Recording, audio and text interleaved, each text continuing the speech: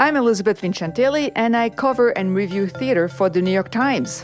And I'm Elizabeth's sidekick, Peter Marks. Welcome. Robin Marks. Welcome to another episode of Mark. Let me get through my intro. Welcome to another episode of Marks and Vincentelli, soon to be a major motion picture. Okay, listeners, we've been fielding offers for our screen version from Judd Apatow and David Cronenberg. And that's a yeah. No. Oh, yeah. And we're getting, and because we're getting, I feel like we're getting closer and closer to my ideal duo of Dean Martin and Jerry Lewis every week. I think we have to go with Judd, right? Judd Apatow. I think he's going to put us on screen. Our audience knows who Judd Apatow is, maybe David Cronenberg, but I don't think they'll get a reference to Dean Martin and Jerry Lewis. Come on. No, our audience absolutely knows who they are. Come on, please. How could they not? But I Really? and I invoke Jerry Lewis as I mention him again as an homage to you and your Corsican heritage. Absolutely. He's my spirit animal. I knew it. I knew it. Okay. In any event, it's the start of a new year, which means we're halfway through this theater season. And who, I wonder, decided that theater would go by the same calendar as an elementary school as opposed to the Julian calendar? I don't really understand it think myself. you've just answered your own question. I think you have.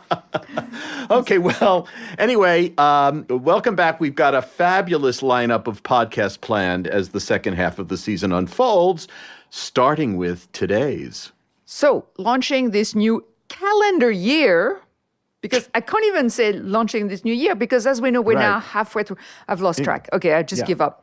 So today with us, we're very excited to have Marjan Neshat, who's one of the prime members. I would say, let's call her the prime member. I mean, it's an ensemble, but...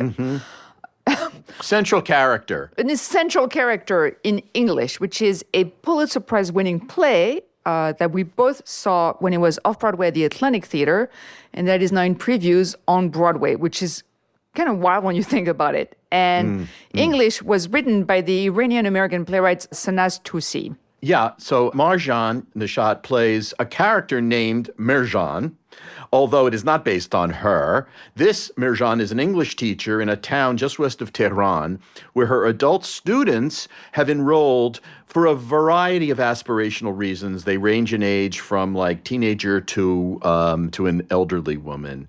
And as they struggle with the new language, we get several slices of life in contemporary Iran, a country that I think unfortunately remains a mystery to most Americans.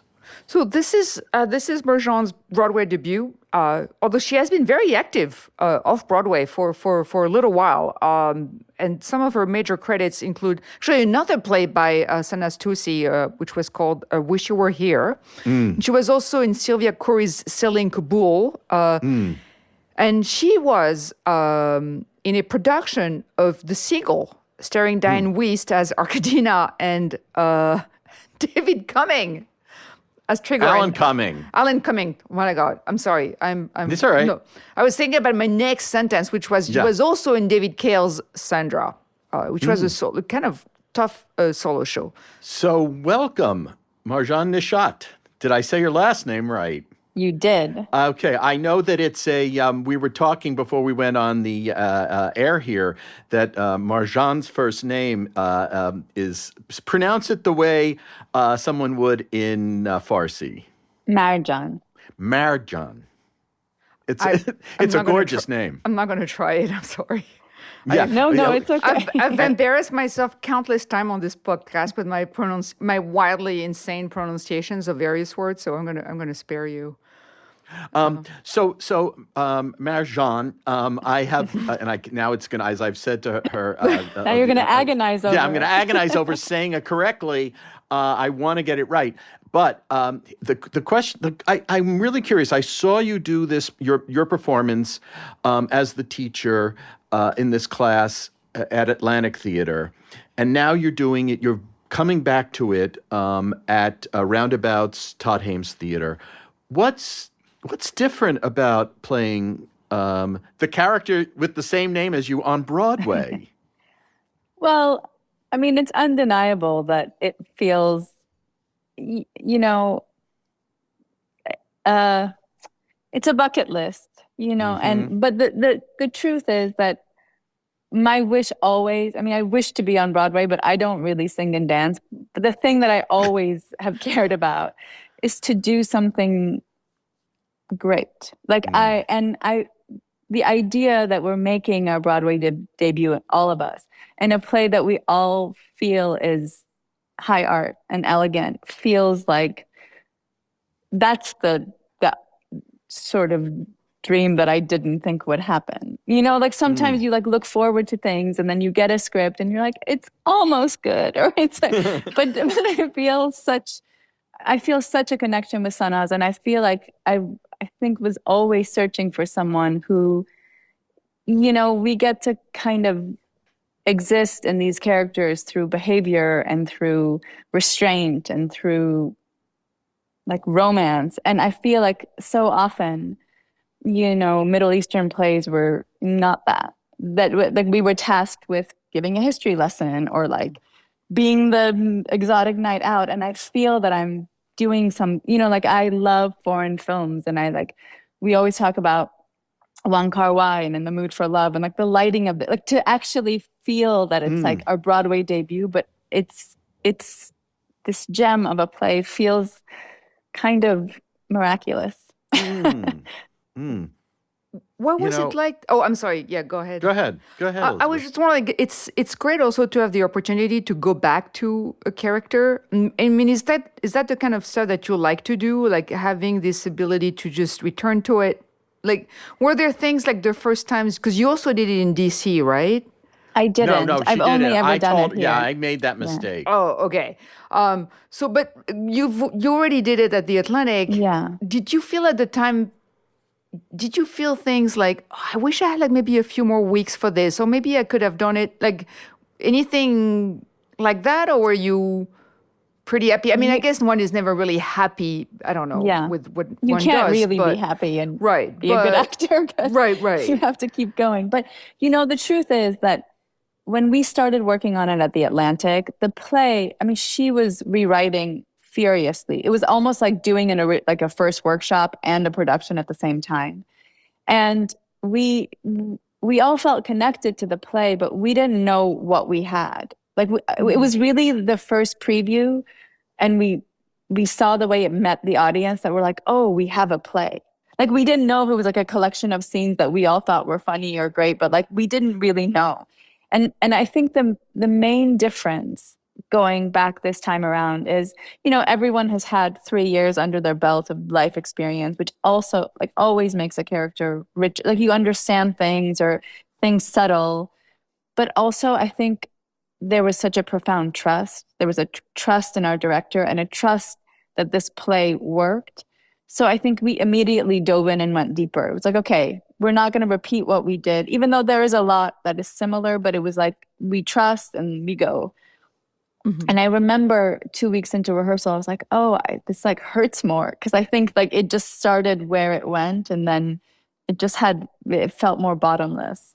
We should set people up for the plot of English, because it's one of it won the Pulitzer Prize for Sanaz Tusi, who's an incredibly talented writer. But tell us a little bit about the story of English. It's set in a classroom in a city, not Tehran, but almost In Karaj, in right. nearby. It's not Yeah. far. And you play in a very small classroom. I mean, there's only 4 students. Yes. So what is give us a little sense of what unfolds.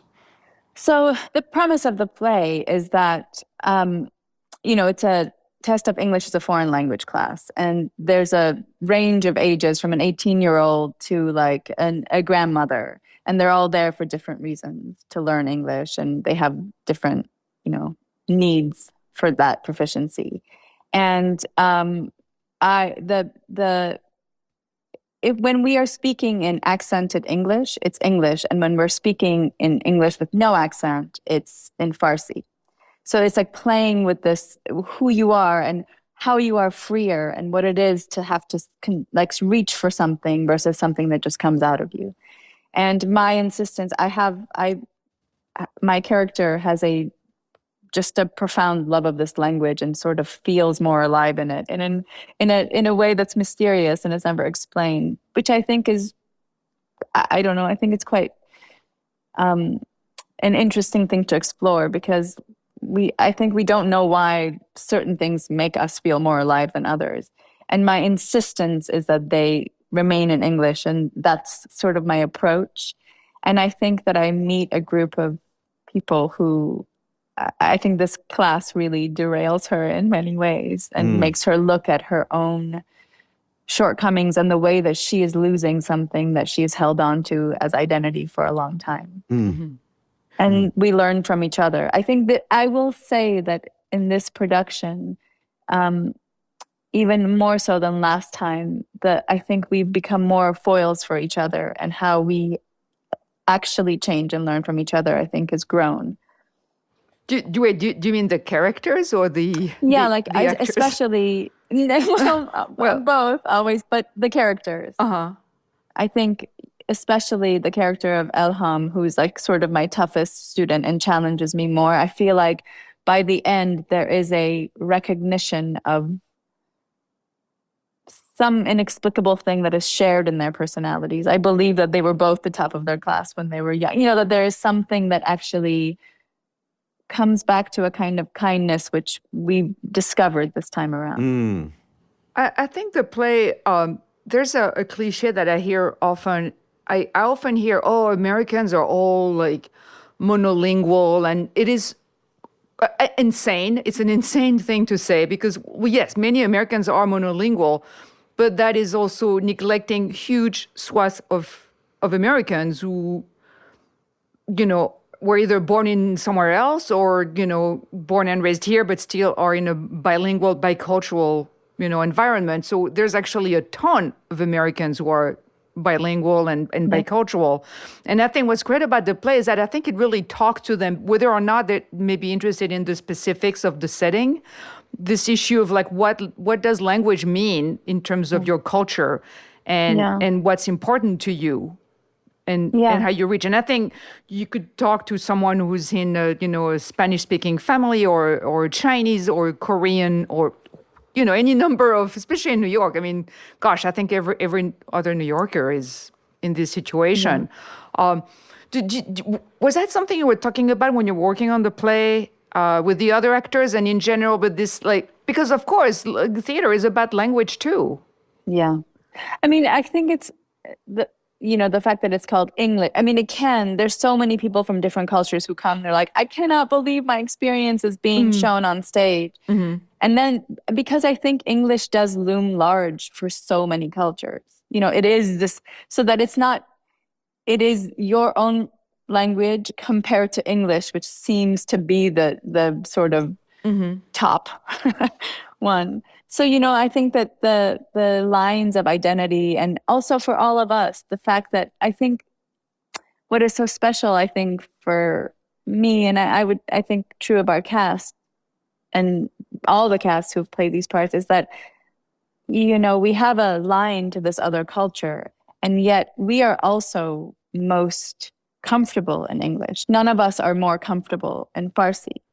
So she's writing these characters that live in this like liminal space in between, in terms of who the actors are who play it, because it's not like we're freer in Farsi. We're actually the freest in English. Well, and one of the most interesting things about your character, Marjan, is that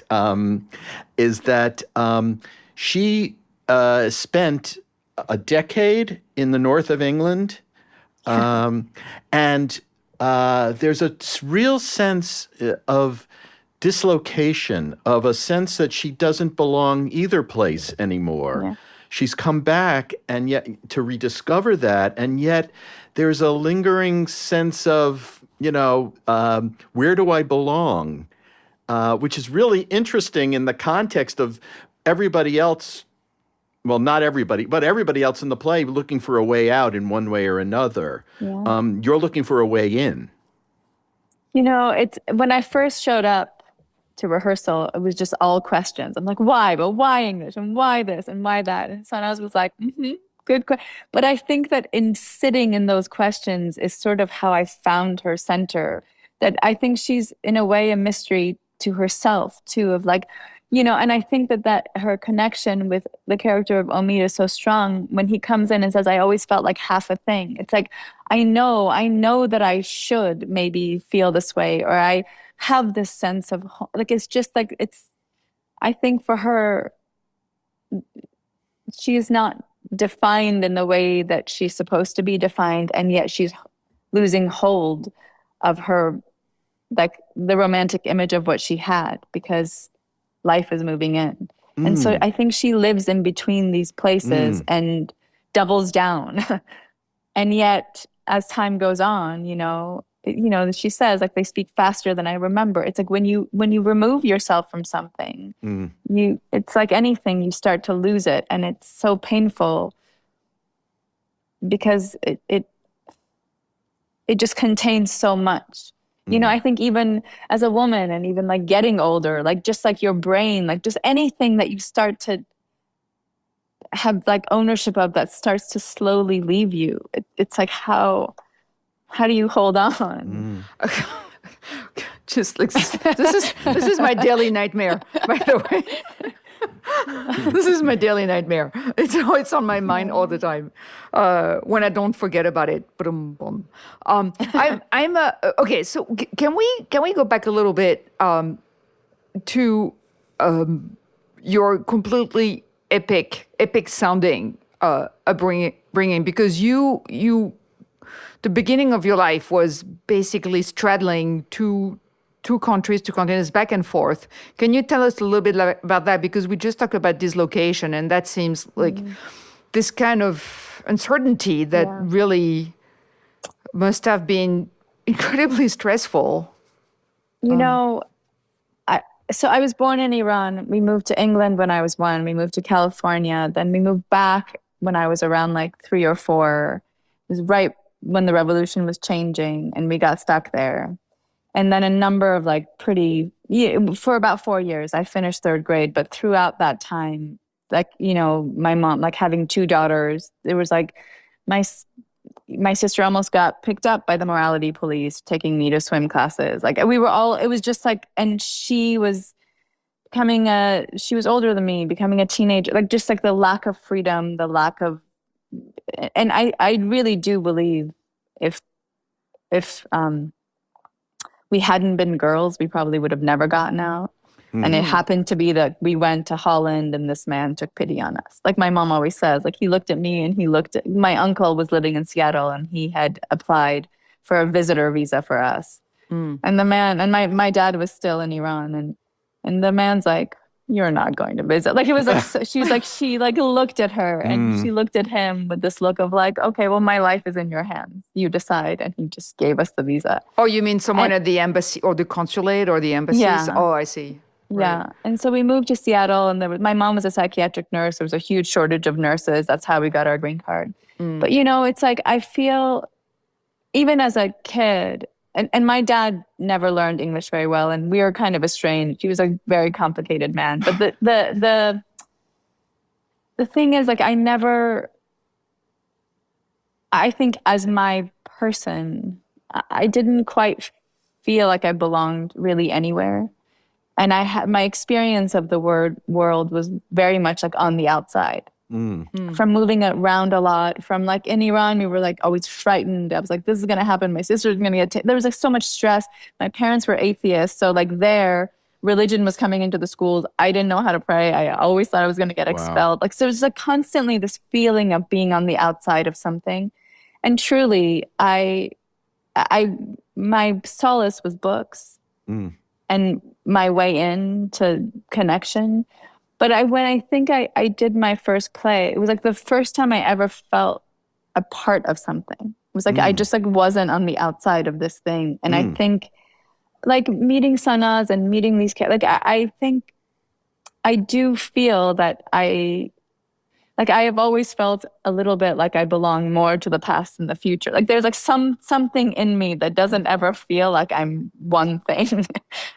It And I doesn't. think Yeah, go ahead. Sorry. no, and I think her play, like I was telling Peter before you came on that like in her world, it's like she also, it's not Iranian and it's not American, but it is not, you know, so that that it speaks to this thing of being, this question of home and belonging, I think lives in all of us because it we don't get to like really lay claim to one thing. But it's interesting. You're talking, Mirjan, about your the sense of, not being of here or there. Again, I'm getting echoes of the play itself, but also I'm wondering, acting is one of the most externalized pursuits. You really have to be able to, find that center in yourself, and because that's what we sort of intuit. Was that part of what drew you into acting as a profession, not just as as something that you could, do as a hobby, maybe? What was what was that pulled you into the profession? I think the thing that has, I would say, always interested me the most is like why people behave the way they do, like how they get through their day. Like I never quite understood how people normally get up and like go, like if I'm still to this day infinitely fascinated and like what's the first thing you do and how, like, and I think that like my savior or like the thing that kept me from loneliness was also books, and it was just like how do people behave. And I think it was, I think I'm I'm an introvert. And I think because of that sort of, I don't know, upbringing and like trying to find a place, I also just had a lot of unmet need. And so like the combination of that was like being let into something is what drove me. But I was so curious about how to be and how people behave. And so somehow and I was very, very sensitive. And it was like the one place that wasn't a weakness. It was like the one area where they're like, oh, your actual sensitivity can be used instead of like, are you going to cry again if I like say this to you? Like I didn't have to be ashamed of the size of my feelings. And so somehow like the culmination of those things like helped me find freedom, I guess. What were some of the first plays that you did that you remember? What was that in school or was that? It was in high school. My school? very first play was a play called Play On, and it was like this farcical play where I played like this airheaded. I think in the script she was referred to as a floozy who got together with all the men. It could not have been further from like. I had my first kiss on stage. It was like, but it was so intoxicating to just be able to like not be shy and awkward and from another place, but being like, I would venture that it's probably easier to have a first kiss on stage than in real life because in a way you can differentiate, It's not sort me. of, but Like it's like they had to do it. Yeah, then also you have to do it. I was like, here it comes, and he has no choice. But I mean, So you had this very classic, normal kind of, like thing that high school kids who love theater or come, into drama had. How did you deal with rejection, though? I mean, once you're out in the world, I don't understand how one retains one's sense of self with people judging you on the basis of, a first impression, maybe a couple of words, maybe your name. I don't know. Before you become someone who finds someone like Sanaz, who you really you become collaborators in a sense. But what is how do you get through that? So much therapy. No, but honestly, to tell you the truth, I mean, I am quite sensitive, and there was long stretches of time where my feeling of self-worth was so marred by that rejection. And I think that if I'd had found anything that I loved more, or I felt like I would have done it. But I just couldn't, like, I felt like if I stopped, I would have become like, I don't know, bitter. Or so, like, I think I would have felt like I never, like, gave birth to myself somehow. Like, I just was so a part of my need to communicate with the world in that way. Like, I cannot tell you, I worked on The Seagull, and Chekhov is sort of like my playwright. And like that last scene in The Seagull, like I have like wept over that, like this understanding of like you bury your, carry your cross, and like that what it, like the thing that she doesn't get destroyed because You mean Nina? Yeah, like because she loves him. And I've gone back to that so many times because it's like you have to have resilience when everything is against you, and it's hard. Yeah. You have said in an interview that production was kind of like a big thing for you. I think both in your career and as a person, it sounds like. So that was a production with Diane Wiest, right? Is that the one? Can you tell us? Diane Wiest and Alan Cumming. That was just kind of a lot of experience right there on stage with you. What was that like? I mean, did you? Because I would think that again, like benefiting from that, being in the room, like what was that like in terms of you, as a person and a professional? It was. I wanted that part so bad, and so the director was from Russia, and I had worked with him for a number of years, and his sort of approach, like he really changed my like understanding of acting, because he was like, the way that they worked on it was like such a deep analysis of the world. And he did that with our play so that we were all sort of like living in the same world from when we stepped on. So that it, in a way, his way of directing, his approach was new to all of us, which made it less like, oh my God, I'm walking it, like Diane Wiest is gonna be there. So I was so like, and he's so from inside out, and it was so psychological that I just like, I worked really hard. But it would, like my sort of,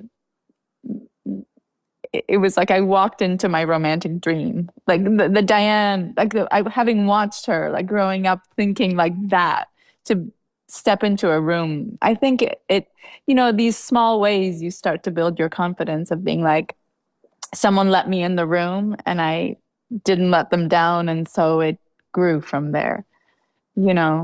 So so what's interesting is, so Chekhov's your guy, right? And here you are making your Broadway debut in a play by an Iranian American woman, playing an Iranian character who's lived in the West. The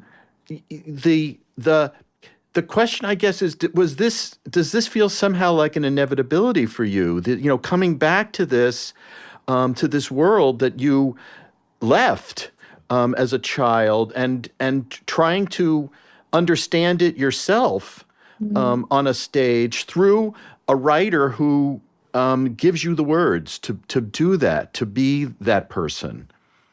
When you say it sounds true. I really think that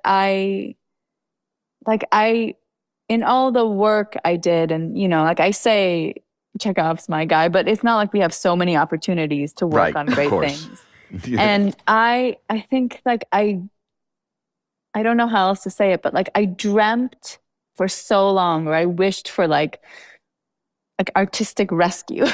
I was like, to find like material that didn't otherize me. But it was like, we joke all the time, or it was like people used to talk about non-traditional casting, and I was like, what's non-traditional about casting me and Chekhov? Iranians are closer to Russia than like the Brits. Like, why is this idea that like so true? They have, we are more warm-blooded. Like, I grew up with every party my parents went to was like, they all sat and like did reams of poetry. I was like, I don't think that's very Brit. I don't know why everyone thinks that the Brits have like a thing on Chekhov. Like, this whole thing is like philosophizing about why we're alive. That's much more closer to my culture.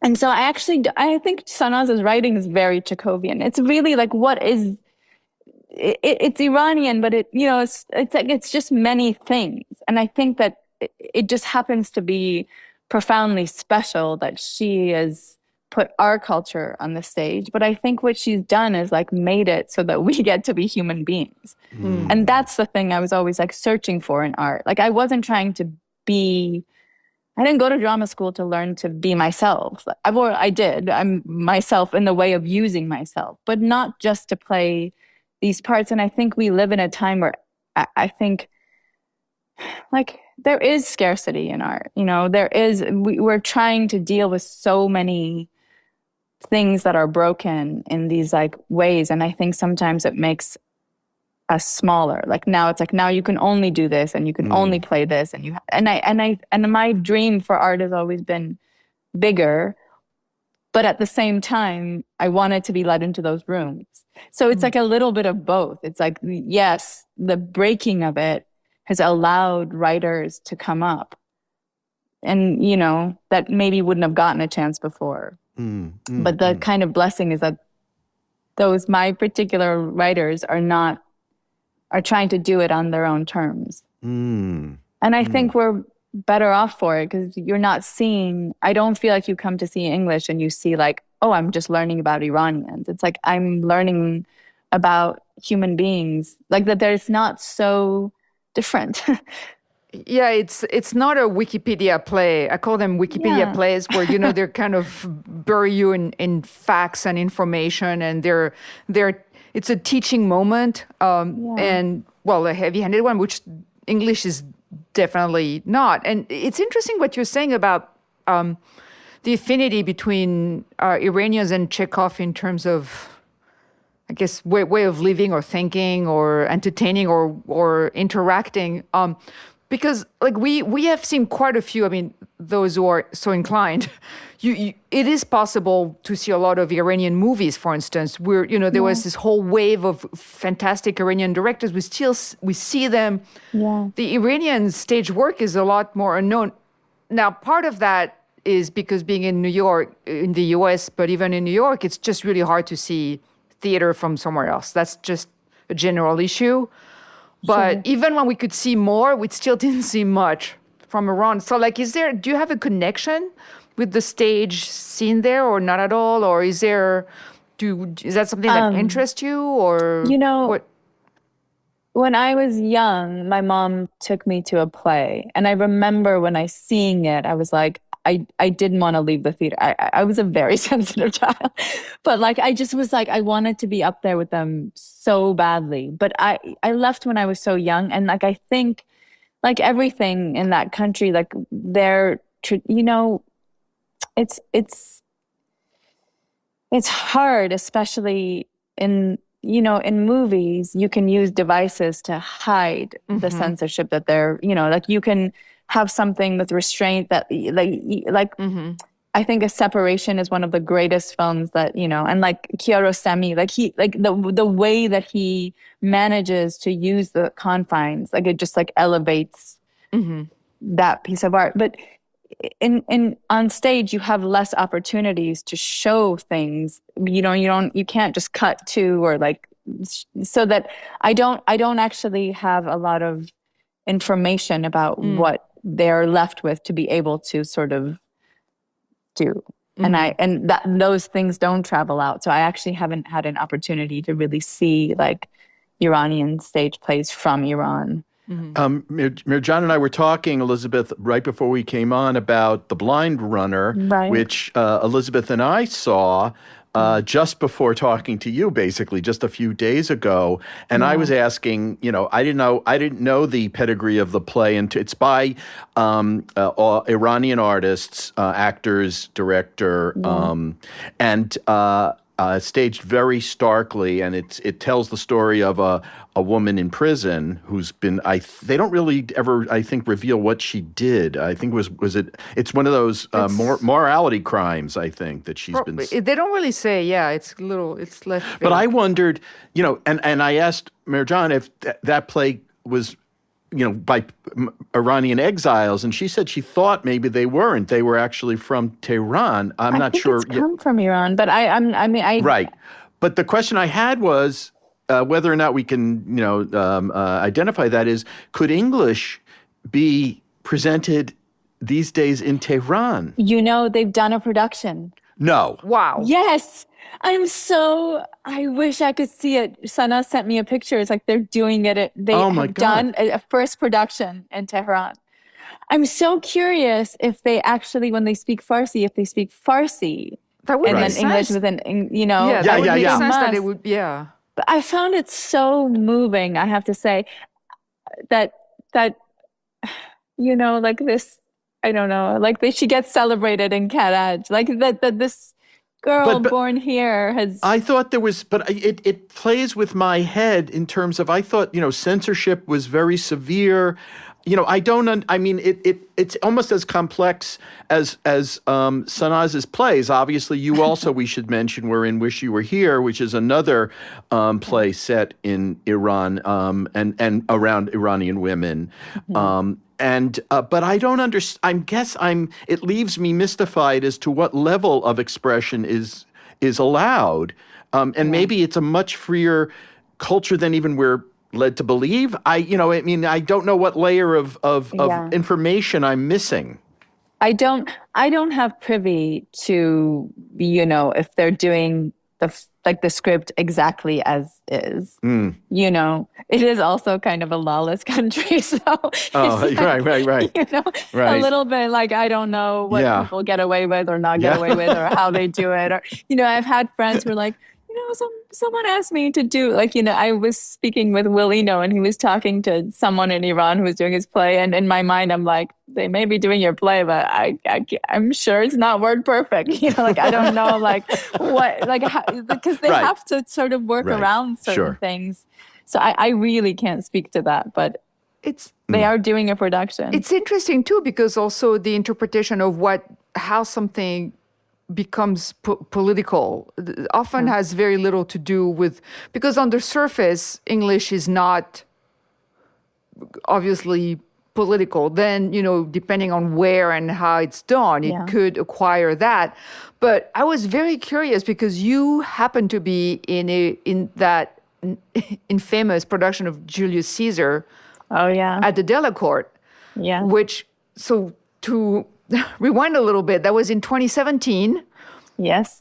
First, I can't believe I'm saying this now. These words are killing me. The first Trump administration, as we're about to embark in the second. But anyway, so this production of Julius Caesar at Shakespeare in the Park at the Delacorte in New York, and that created a total ruckus because there were some very direct allusions to Trump in the show. Yeah, I mean, very obviously. Yes. And some audiences kind of ran with that. It kind of became became kind of crazy. We had nights. We had to have so much extra security. We had nights where people would come on stage after we killed Caesar, and they're like, "You're all Joseph Goebbels." I was like, "Oh my God," it was so crazy. And so whether you think it's a good idea or not, whatever that does to the play is an artistic choice, and people can discuss that. Mm-hmm. But it did become a political act to be like, well, but everyone has the right to explore that. Mm-hmm. And it was also very interesting because some of our funding got pulled and all this stuff by people who 2 years previous, they had done a production where Caesar was Obama and nothing had happened. Right. So it's just oh, well, okay. I will, whatever my beliefs are, I will fight for the right to get to express it, whether you like it or not. It was really it sounds like that it was completely bizarre, but maybe a little surreal and scary and it was surreal. I mean, we'd show up to the theater. Really, we had so much more security guards, and I was one of the, when we had to go behind the stage to come on to carry Caesar, we had bodyguards following us around and showing up to the theater. There was people outside boycotting. So there was also a sense of, there was a charge to going to the theater, which was both scary and kind of exciting because you felt like you were in a fight for something, which doing Julius Caesar felt kind of correct. Yeah, it must have been. Yeah, I mean, it's interesting that you're saying that because I mean, there must be like, as you say, like a charge in doing something that is getting such a huge reaction. Yeah.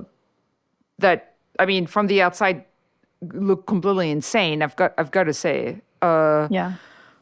But so I have a question. So conversely, and I saw that production, and I was actually kind of tickled by the whole thing. I mean, I found it it was so out there, and so and so the there was no metaphor there. It was completely No. on the surface. On the nose. But I'm wondering if you feel that you're to some degree in doing a play like English. Do you feel you're revealing something to an American audience that may not understand Iran in any realistic way, that you're actually broadening people's minds about who could just be a average human being struggling in a society that we just do not have much access to? Is there some kind of, I don't want to say pride, but some kind of mission that you feel is part of the array of ambitions for the play? I would say pride is a really good word, because I believe, like, I do think, even in that last speech, it's like you go years without making anyone laugh. It's like there's these things that you actually have no idea when you dismiss someone because they have an accent, or you're just like, you just assume that, and especially with the Middle East, because it's like, oh, you just assume that they suffer. Like, you just assume that they're born into this thing that has nothing to do with you. And I feel like to get to see them struggle but take ownership of, actually, like, my culture is quite beautiful and I love it and I'm doing this for this and I'm not that, but also, like, I'm romantic. Like, I can sit across from this guy and have feelings, and that's none of the things that you assume about this part of the world.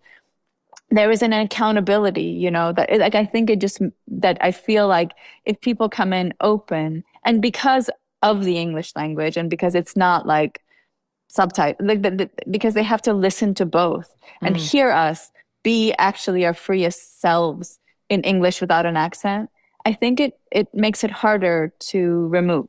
That's something I also felt like when I did Selling Kabul, that when we just didn't do it with accents. And it's like, people don't really speak in accents in their mother tongue. And if you saw them in their mother tongue, you would see, people would be like, why aren't you speaking accents? I'm like, do you speak with an accent with your brother when you're sitting at home? Like, she wrote this play and we happen to be putting it on stage here. And so we're doing it, but they're all speaking the same language. So why would they? Like, why do you always want to put us over there and be like, oh, I did my duty. I saw the political play, or like, I learned something. But, like, why can't you just come and be like, we are not that, us as human beings, like, there's just like a code that we share. And I feel proud to have presented it through human behavior and not through election. And I hope that there is, like, a feeling that gets, like, I think theater should be a transgressive act, that we should go and, like, feel something hit us. And I hope that people feel that. But in this case, it's also a very entertaining transgressive act. Funny. It's very funny. We need to make sure audience. Yes, it's funny. Guys, it's we're not. I think we've already made clear that it's not a lecture, but, like, trust me, it's freaking funny. It is very true. And actually, that is part of what I think Sanaz's genius is, that it's like, she always says she'll do anything for a laugh. And it's also fun to be like, you know what? I'm romantic and funny and also this. So, My dream show. Romantic and doing anything for a laugh. That's like my platonic date. A platonic ideal of a date. Yeah. Oh my God.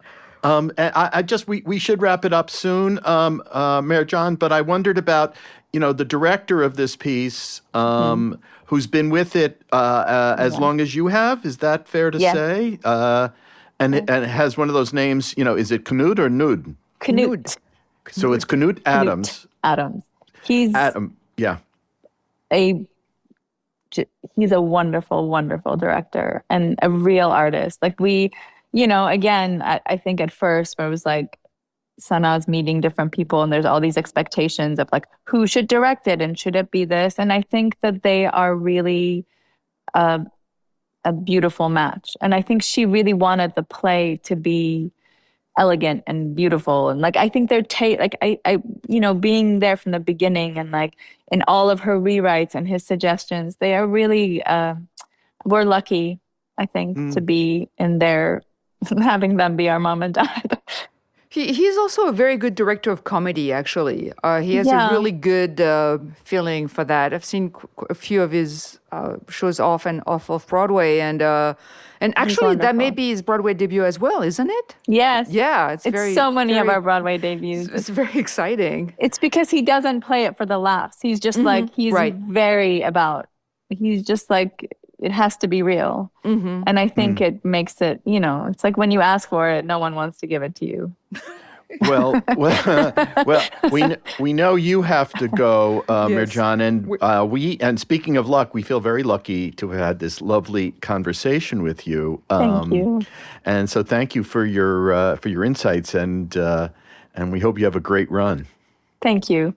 It was a pleasure to talk to you. English is at the Roundabout Theater's Todd Hames Theater, formerly American Airlines Theater. It's the big one on 42nd Street through March 2nd. And that's another one in the books. I'm eager to read, Elizabeth, some of your upcoming stories, which I know you've been working hard on. I know you have some fun ones in the pipeline. Yes. In fact, I was a little late today because I was working on one of them. And my next feature, it's actually two more down the line, but it's coming out at the end of the month, and it's almost comically on brand for me because it's another of my trips to another unlikely location. Although that one actually feels obvious when you know what it is, but it's not. It's got a twist. It's got a twist to it. So I'm very excited. I had so much fun researching it. That trip was for the ages. It was so much fun.